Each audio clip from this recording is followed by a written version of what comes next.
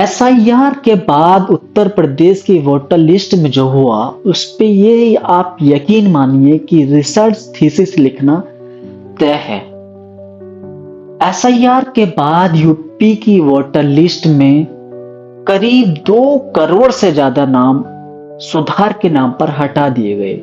यानी जितनी आबादी दिल्ली की है या जितनी आबादी श्रीलंका की है, इतने नाम चुनाव आयोग ने यूपी की वोटर लिस्ट में संशोधन के नाम पर हटा दिए हैं। मुझे लगता है कि ये अभूतपूर्व है, ऐतिहासिक है और घातक भी है। घातक क्यों है ये मैं आगे बताऊंगा। अब एसआईआर का सबसे ज्यादा खामियाजा अगर किसी ने भुगता है तो वह महिलाओं ने। एक होता है जेंडर रेशियो। जेंडर रेशियो का मतलब होता है कि हर 1000 पुरुष पर कितनी महिलाएं। तो राज्य का जो यूपी का जो जेंडर रेशियो है वो 941 है, लेकिन वोटर लिस्ट में जो जेंडर रेशियो है वो 876 है। जो एसआईआर से पहले जेंडर रेशियो वो 876 था। लेकिन आज तक ऐसा नहीं हुआ कि जब इतना बड़े पैमाने पर जेंडर रेशियो फिसला हो जो एसआईआर के बाद हुआ। एसआईआर के बाद यूपी की वोटर लिस्ट का जेंडर रेशियो 42 अंक तक फिसल गया है। 834 जेंडर रेशियो इस बार जो वोटर लिस्ट का फाइनल वोटर लिस्ट आई है एसआईआर के बाद उसका दर्ज किया गया है।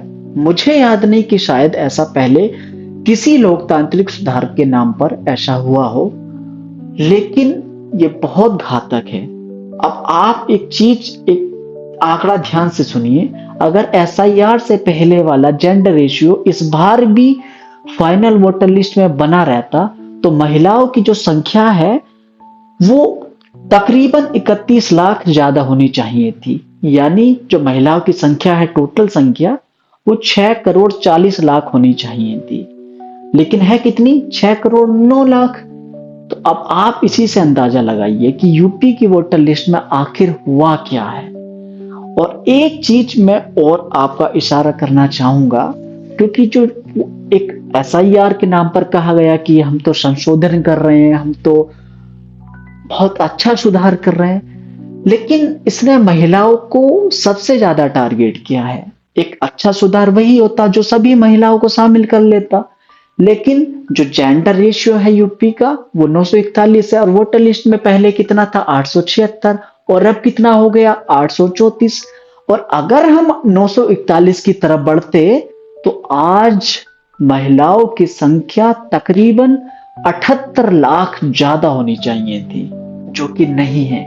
और एक चीज और मैं आपको बताऊं, अगर चुनाव आयोग एसआईआर ना करता और केवल सभी योग्य महिलाओं को वोटर लिस्ट में लाने का प्रयास करता तो करीब 1 करोड़ 40 लाख महिलाएं यूपी की वोटर लिस्ट में शामिल होनी चाहिए थी, जो कि नहीं है। इसका मतलब क्या है? 1 करोड़ 40 लाख महिलाएं जो वोटर बनने के योग्य हैं वो वोटर लिस्ट में शामिल नहीं है। आप इसको भी छोड़ दीजिए, आप एक चीज की तरफ ध्यान दीजिए। यूपी में करीब 2 करोड़ से ज्यादा नाम हटाए गए हैं। और आप एक आंकड़े की तरफ ध्यान दीजिए।